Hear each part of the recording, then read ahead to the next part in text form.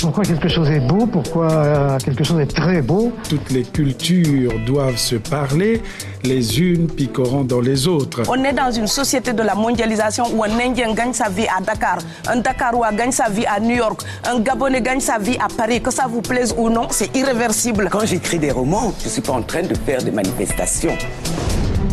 Mes livres de l'été, présentés par Stéphanie Hartmann sur Africa numéro 1. Bonjour à tous, bienvenue dans cette première édition de ce rendez-vous littéraire. Et quoi de mieux pour une première fois qu'un premier roman? Notre invité est un jeune auteur né à Rabat au Maroc. Il vient de publier chez Présence Africaine un roman étranger. Bonjour Khalid Liamlahi. Bonjour. Merci d'être avec nous. Vous êtes doctorant en littérature française et francophone à l'université d'Oxford au Royaume-Uni. Sur quoi portent vos recherches? Alors mes recherches actuellement portent sur la littérature marocaine francophone. Donc je travaille essentiellement sur 3 auteurs marocains francophones, qui sont Abdellatif Labi, donc qui est un poète connu qui avait eu le prix Goncourt de la poésie. Le deuxième auteur est Abdelkebir Khatibi, donc qui est un grand penseur, intellectuel, sociologue, romancier, poète, etc. On va dire c'est une figure un peu éclectique dans le paysage littéraire et intellectuel marocain. Et le troisième, c'est Mohamed Khaireddine, qui est un poète, écrivain également. Donc ils ont tous publié leurs œuvres entre les années, on va dire, entre les années 50, 60 et les années 2000. Et il y a un point commun entre ces 3 auteurs sur lesquels vous travaillez? Alors c'est une très bonne question parce qu'au moment de les choisir, je me suis posé la question parce que je voulais prendre des auteurs qui soient un peu complémentaires. Disons que chacun d'eux représente quelque chose dans le paysage littéraire marocain. Et mon idée de départ était de choisir 3 auteurs qui soient complémentaires. Alors, juste rapidement, on peut dire que Khatibi, par exemple, c'est la figure un peu éclectique, comme je disais, donc qui a publié aussi bien dans la poésie, le roman, l'histoire, la critique littéraire, etc. Donc il apporte un peu cette dimension intellectuelle. Abdellatif Labi, c'est un grand poète et surtout il est connu aussi pour son activité militante dans les années de plan, lors des années de plan au Maroc. Donc il apporte un peu cette dimension un peu politique. Et Mohamed Khaireddine, je dirais que là c'est un poète à l'état, on va dire, pur, poète dans tout ce qu'il y a de révolté, de subversif et puis de créatif aussi au niveau de la langue, du travail sur la langue française, etc. Donc je voulais vraiment avoir 3 auteurs qui soient complémentaires. On reviendra en fin d'émission sur effectivement la littérature marocaine. Alors comment décide-t-on d'écrire un premier roman? Je ne sais pas. C'est un choix qui vient comme ça, c'est une décision qui tombe comme ça. Moi je dirais que en ce qui me concerne, ce premier roman, donc un roman étranger, je crois que le point de départ, ou du moins l'élément déclencheur de l'écriture, ça a été cette expérience plus ou moins traumatisante du renouvellement de la carte de séjour. Donc, donc j'ai habité à Paris pendant longtemps, donc j'ai fait mes études en France. Et comme tous les étudiants, comme tous les étrangers, j'ai dû renouveler ma carte de séjour plusieurs fois. Et j'ai trouvé au bout d'un certain nombre de fois qu'il y avait une forme de rituel qui s'installait, qu'il y avait une répétition, qu'il y avait une angoisse aussi. Donc ça c'était un élément vraiment très important. L'angoisse de renouveler sa carte de séjour, repartir à la préfecture à chaque fois, rassembler toutes les pièces. Et j'ai pensé, alors justement, vu que je voulais écrire en fait un roman à la fois sur la carte de séjour et aussi sur l'écriture elle-même. J'ai été très intéressé par, vous savez, ce type de roman qui met en abîme l'écriture. Vous avez tout dit, je vais quasiment arrêter l'interview ici. Non, mais effectivement, ce sont ce que vous venez de dire, l'angoisse, l'écriture, l'identité, ce sont des thèmes qu'on retrouve dans votre roman. L'absurdité aussi peut-être, j'en viens à la référence. Le titre est un roman étranger, il est découpé en 2 parties, comme L'étranger d'Albert Camus, que vous citez en exergue, Albert Camus que vous citez en exergue de la première partie. Votre personnage est aussi un étranger, vous venez de le dire, qui doit renouveler son titre de séjour sans qu'on sache vraiment où il se trouve. Bon, vous parlez de votre expérience en France.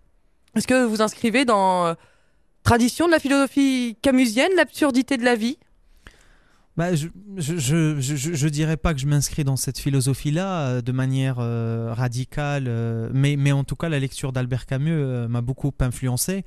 Et je pense qu'effectivement, la lecture de l'étranger a été décisive pour ce roman.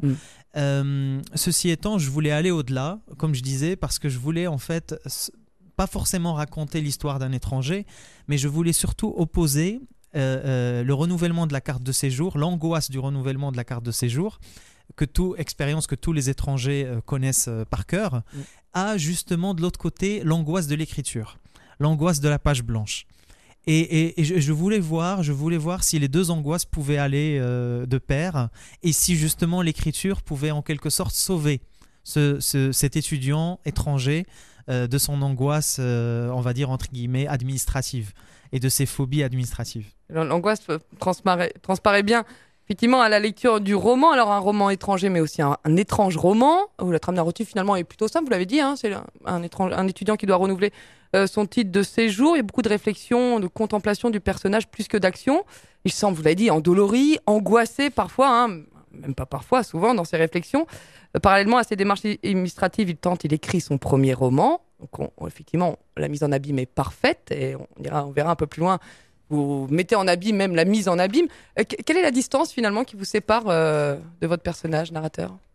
Alors on me pose souvent la question, on me dit est-ce qu'il s'agit d'une autobiographie ? Non, il ne s'agit pas d'une autobiographie, bien entendu. J'ai fait le choix, et je l'assume, le choix de ne pas donner une identité précise à cet étudiant étranger, parce que justement je ne voulais pas l'enfermer dans une identité donnée. Je voulais que la thématique soit assez universelle, et que n'importe quel lecteur qui connaisse plus ou moins l'expérience du renouvellement de la carte de séjour ou de l'écriture puisse justement s'identifier.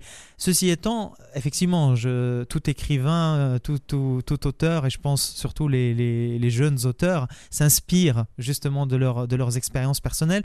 Donc je dirais que c'est un roman étranger, là pour le coup, qui m'est étranger à moi également, mais qui est justement enrichi par la mise en fiction de quelques expériences personnelles. Mais je dirais plutôt que j'insisterai sur le fait que peut-être que la part de moi qui est présente dans ce roman, elle est plus dans le rapport à l'écriture. Moins de l'autobiographie que de l'autofiction, c'est un terme très à la mode ces derniers temps. Oui, bien sûr. Autofiction, ça rejoint un peu cette mise en fiction justement d'une expérience personnelle, d'une expérience autobiographique. Mais je voulais surtout pas faire un roman autobiographique. C'était absolument pas l'objectif. Alors un personnage narrateur au bord de la dépression, quand même, il faut le reconnaître parfois. Il souffre beaucoup. Est-ce que c'est douloureux d'écrire un premier roman ? Énormément douloureux. Est-ce que c'est douloureux d'écrire tout court ? Énormément. C'est une immense douleur. On me pose souvent la question, on me dit mais finalement par rapport à ce que vous venez de dire, cette douleur, est-ce que c'est pas exagéré finalement par rapport à la situation de cet étudiant étranger qui se complique un peu la tâche, etc. Mais je réponds à ça que la douleur de la réalité, elle est encore pire, dans le sens où elle est destructive. Elle a une propension justement à se complexifier et à se densifier au fil du temps. Et justement, disant que initialement cet étudiant étranger, ce narrateur, il arrive à l'écriture comme on arrive à une forme de refuge au début. Donc il pense qu'il va commencer à écrire son premier roman et qu'il va se libérer dans l'acte de l'écriture. Mais c'est là où il se rend compte justement que c'est encore une nouvelle douleur qui va commencer pour lui, et qu'il va falloir qu'il jongle et qu'il lutte finalement sur les deux terrains, à la fois le terrain de cette quête administrative identitaire, et puis la quête de l'écriture, et puis surtout affronter la page blanche. C'est ça que j'ai trouvé particulièrement intéressant, c'était quand on écrit quand on écrit un roman, une fois qu'on écrit un chapitre, 2 chapitres, 3 chapitres, mais on arrive toujours à ce moment où on se pose la question si finalement ça vaut le coup de continuer. On interroge l'acte de l'écriture lui-même, et on se retrouve dans une sorte de bulle qui se construit mais qui s'autodétruit en même temps. La relecture doit être terrible pour ça aussi quand on se relit. Terrible, tout à fait. Justement parce qu'on se pose toujours la question de savoir est-ce qu'on est vraiment, et je pense que le narrateur se pose souvent la question, est-ce que c'est un bon roman ? Est-ce que c'est un roman ? Est-ce que finalement je ne suis pas en train juste d'écrire des pensées, des réflexions, des fragments d'histoire personnelle ? En effet, hein, le roman, la narration, c'est comme une succession de fragments de vie du personnage auteur. Alors on l'a dit, l'identité est au cœur du roman. L'identité comme sujet de création, c'est une phrase qu'on trouve dans votre livre. J'ai une question, vous y avez déjà un peu répondu. Donc on parlait de l'identité, métaphoriquement, donc par le renouvellement de ce titre de séjour. Ma question était, quelle est la véritable quête de l'identité dans ce roman, le renouvellement de cette carte ou l'écriture? Finalement, vous avez répondu tout à l'heure, c'est les deux en parallèle, c'est cette quête-là, en parallèle de l'écriture. Alors, tout à fait, les deux. Bon, je dirais dans un premier temps, c'est vraiment les deux, dans le sens où il lui faut bien, à cet étudiant étranger, une pièce d'identité.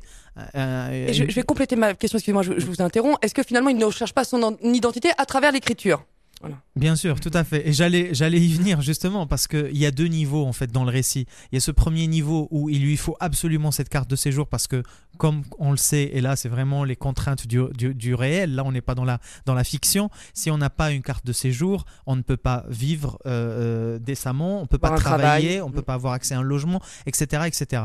Donc il y a les contraintes, la contrainte de la pièce d'identité administrative. Et puis effectivement, ce que vous dites, j'y souscris volontiers, c'est la réalisation à travers l'acte de l'écriture. Et finalement, oui. Finalement, je pense que la vraie identité de cet étudiant étranger, elle est finalement dans cet acte de l'écriture qu'il va entreprendre. Et puis surtout, je dirais, dans la lutte qu'il va entreprendre alors qu'il écrit ce premier roman.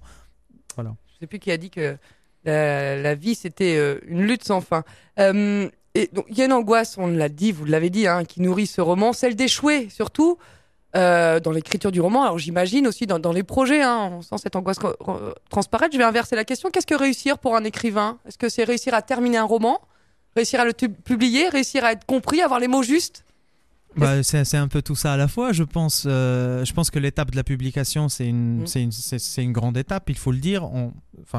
Je ne m'étalerai pas sur les difficultés actuelles de publier un livre ou de voir un manuscrit transformé en livre. Moi, j'ai eu la chance, effectivement, d'avoir une maison d'édition prestigieuse et historique, d'autant plus qui est la maison d'édition Présence Africaine, qui a accepté ce manuscrit et qui s'est montré intéressé. Et aujourd'hui, rien que de le voir, moi, auteur effectivement marocain, publié à la maison d'édition Présence Africaine, pour moi, c'est un honneur. Non, je dirais que la réussite, c'est le concours, c'est un concours de circonstances, mais c'est aussi le fruit de cet effort, justement, de l'écriture. C'est une forme d'aboutissement. Je le vois comme un aboutissement du travail d'écriture, du travail de recherche des mots, mais aussi le fait de faire parvenir son manuscrit justement au lecteur. C'est pas neutre mon choix de commencer par cette épigraphe d'Albert Camus où il dit justement maintenant il est temps que je témoigne, il est temps que je commence à écrire. C'est vraiment au cœur de mon livre, dans le sens où cette expérience des étrangers, que ce soit en France ou ailleurs, on a tendance souvent à la voir à partir d'une certaine perspective isolée. Et en la transformant en une œuvre de fiction, en faisant un roman, finalement on la déplace, on la démystifie quelque part et on la donne à lire à un lectorat qui est de fait plus large et à partir d'une nouvelle perspective qui est la fiction. Et la rendre beaucoup plus universelle, j'imagine. Tout à fait.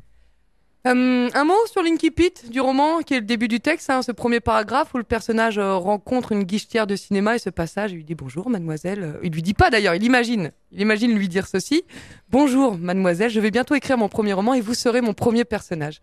Encore une fois, le roman fait écho à la réalité. On va revenir sur le personnage qui est le roman, finalement. Est-ce que c'est finalement, vous ne vous adressez pas de cette façon au lecteur, comme si ce n'était pas la guichetière, mais au lecteur, vous vous adressez comme pour le séduire? Il y a un travail là-dessus sur l'incipit. Bien sûr, bien sûr. J'ai tenu à commencer, comme vous savez, le début d'un roman, c'est toujours la partie la plus compliquée parce que justement, c'est les premières phrases que le lecteur a l'occasion de lire et pour justement effectuer cette immersion dans l'univers fictionnel. Et l'attraper, il faut convaincre le lecteur de rester. Ben oui, tout à fait. Et pour moi, c'était essentiel de marquer cette entrée à travers l'écriture. Ce qui est essentiel dans ce livre, par-delà la carte de séjour, par-delà le renouvellement, par-delà la préfecture, les démarches administratives, etc., c'est vraiment l'acte même de l'écriture. Je voulais finalement, vous savez, il y a un critique littéraire qui était associé au Nouveau Roman, à l'école du Nouveau Roman, qui s'appelle Jean Ricardo, qui nous a quittés récemment, je crois l'année dernière, et qui disait, justement en commentant les œuvres du Nouveau Roman, que c'était plus le récit d'une écriture, l'aventure d'une écriture, plutôt que l'écriture d'une aventure. Donc c'est vraiment dans ce sens-là. Moi, ce qui m'intéressait, c'était d'écrire un livre qui était en train de s'écrire. Voilà. Alors justement, vous êtes doctorant en théorie littéraire. Alors, j'allais dire, quelle est la place de la théorie quand vous écrivez? On l'entend quand vous parlez, la théorie quand finalement a une grande place. On parlait tout à l'heure de mise en abîme, d'un roman sur le roman. La notion du temps aussi est assez malmenée, c'est-à-dire que vous trimballez un peu le lecteur. Est-ce que finalement vous jouez pas trop grossièrement avec ces ficelles? Vous jouez pas avec le lecteur? Je dirais pas ça, parce que j'ai tenu vraiment à séparer, à garder. Effectivement, il y a mon travail académique de recherche. On va dire là, c'est un travail qui n'a rien à voir avec le travail de l'écriture fictionnelle. Non, bien au contraire, je dirais, parce que j'ai essayé quand même dans ce roman, comme vous l'avez vu, de faire un récit en 3 niveaux. Parce qu'il y a 3 histoires en fait qui se chevauchent, qui se poursuivent, et je voulais justement que ce soit assez facile de passer d'une histoire à une autre. Donc il y a l'histoire effectivement du renouvellement de la carte de séjour, avec les péripéties qu'on connaît, les passages à la préfecture entre autres. Et puis il y a le deuxième niveau, effectivement, c'est l'écriture de ce roman. Donc c'est cette lutte avec la page blanche, l'avancement vraiment de l'écriture au quotidien. Et puis il y a cette 3e histoire d'amour un peu condamnée, d'amour un peu impossible avec cette étudiante Sophie. Voilà. Là aussi, on a envie d'aider le personnage, mais bon, bref, on va pas raconter l'histoire. Alors, j'en viens finalement à la première question que j'aurais dû poser. Le roman est le personnage principal, j'ai l'impression en tout cas, du livre aussi. Tout le monde parle du roman, s'inquiète de son état d'avancement. Des personnages rencontrés seront dans le roman. Cette femme sera dans le roman. Voilà, c'est une phrase qui revient régulièrement.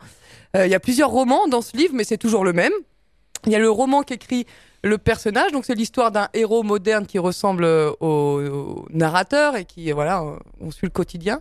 Il y a l'histoire, il y a le roman que lit le narrateur, notamment en patientant dans les files d'attente de la préfecture, et ce roman aussi ressemble étrangement à celui que le lecteur tient entre ses mains. Je cite un extrait de votre livre, quand le personnage narrateur est dans la file d'attente de la préfecture et qu'il reprend le roman qu'il a à la main. Il dit, comme à chaque fois, c'est un plaisir indicible que je retrouve ce personnage attachant qui cherche son identité dans un monde régi par les lois de l'absurde. On y revient.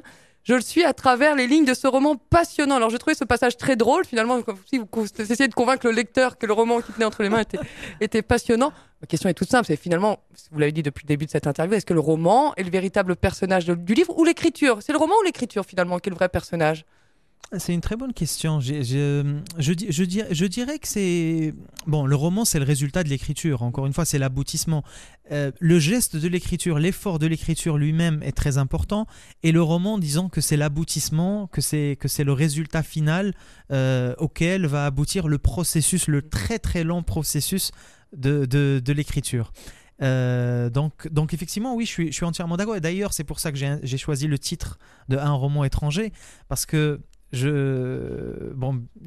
effectivement, on a tendance souvent à ranger les romans, notamment à chaque rentrée littéraire, en catégories. On dit les romans français, les romans francophones, les romans d'expression française, etc. Et il y a toujours les romans étrangers. Alors, un roman étranger dans une librairie, c'est un roman français qui a été traduit. C'est un roman, écrit dans une langue étrangère et traduit en français. Et moi, je trouvais que c'était intéressant de jouer un peu avec ces catégories qui, pour moi, à un moment donné, sont très limitées, très réductrices.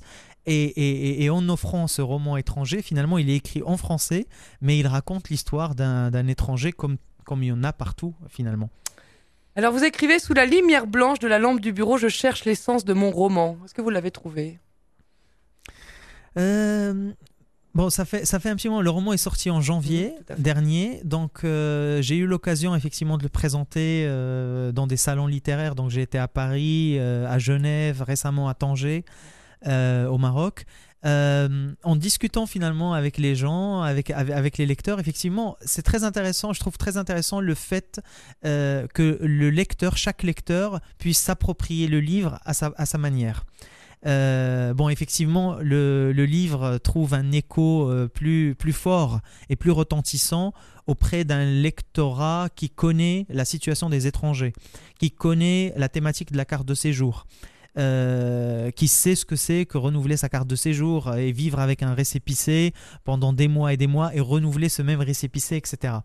Et je dirais aussi que c'était intéressant de voir que certains lecteurs se sont intéressés à cette dimension justement de l'écriture, de la création littéraire, parce que on a souvent tendance à réduire justement, je trouve, les étrangers à leur problématiques administratives, à leur lutte, on va dire, sur le plan social ou économique. Et alors là, justement, en représentant un étranger qui est en train d'écrire un roman, il est en train de se dépasser, justement, dans l'acte de la création littéraire. Et pour moi, c'était ça aussi qui était important. Donc je pense que ça, c'est au cœur de ce roman, cette idée que la création, elle peut transcender toutes les problématiques administratives liées justement au besoin d'être reconnu en tant qu'individu dans un territoire étranger. Finalement, la création donne du sens à l'absurdité parfois Tout à fait, de certaines bien conditions sûr. sociales. Ah bien sûr.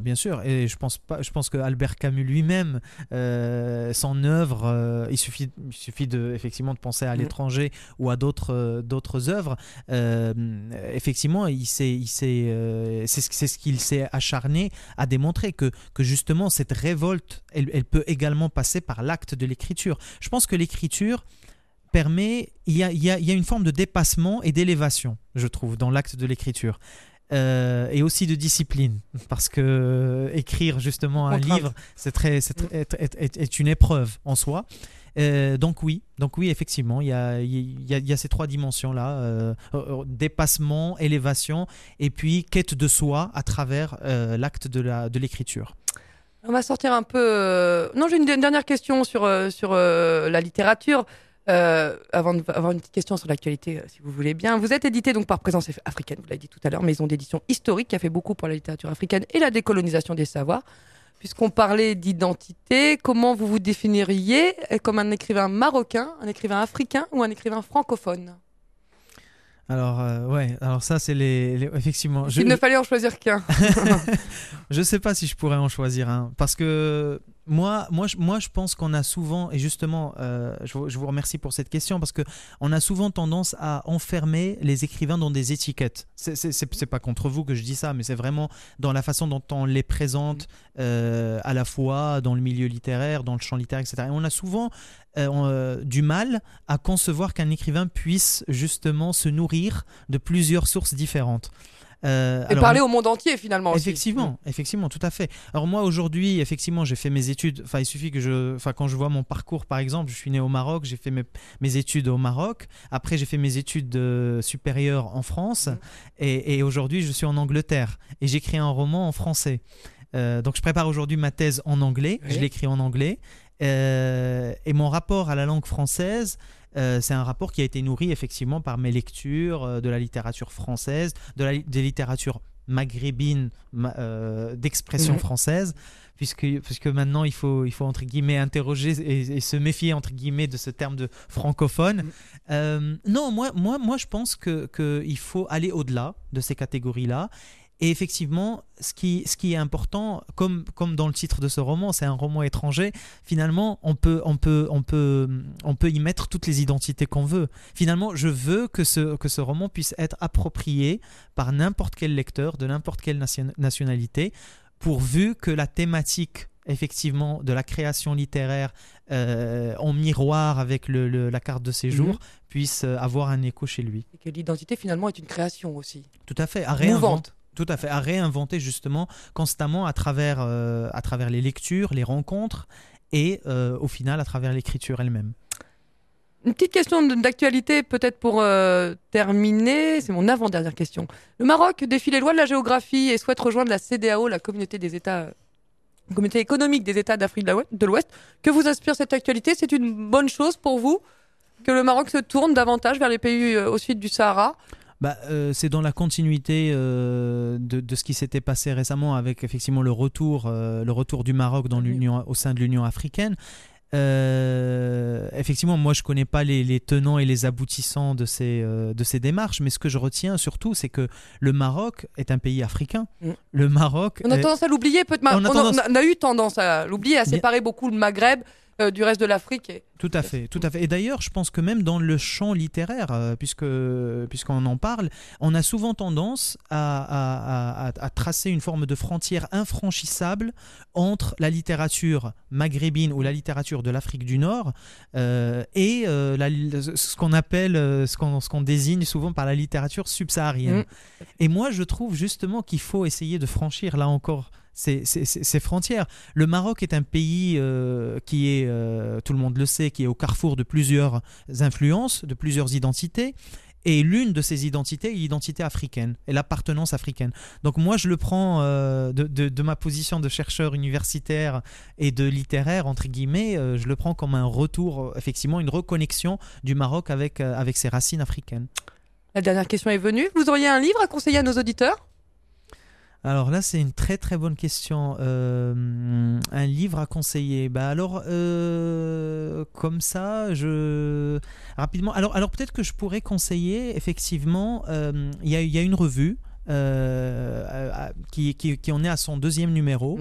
Et en fait, j'ai eu l'occasion de participer à ce 2e numéro en proposant un article justement sous forme de relecture du 1er numéro. Donc ça s'appelle la revue Apulée. D'accord. Publié aux éditions Zulma. Donc en fait, il faut savoir, c'est une revue de littérature et d'art et de littérature et de culture de façon générale, mais qui se veut un peu ouverte sur le champ méditerranéen et sur justement l'Afrique et sur les territoires européens, asiatiques, etc. En fait, disons que c'est un projet qui a été initié par l'écrivain Hubert Haddad. Et je trouve que ce projet est très très intéressant parce qu'il y a justement cette idée de transcender les frontières et de regrouper alors plusieurs contributions. Il y a des photographies, il y a des reportages multidisciplinaires, tout à fait. Et il faut savoir, c'est un gros pavé de 400 pages. Donc voilà. Donc je pense que c'est une publication très intéressante. La revue Apulée aux éditions Zulma. C'est noté, on ira voir avec plaisir. Nous arrivons à la fin de cet entretien. Merci beaucoup, Khalid Gamlaï. Merci à vous, merci de m'avoir invité et merci aux auditeurs. Avec grand plaisir, je rappelle le titre de votre premier roman, un roman étranger, paru chez Présence Africaine. Au revoir et à bientôt.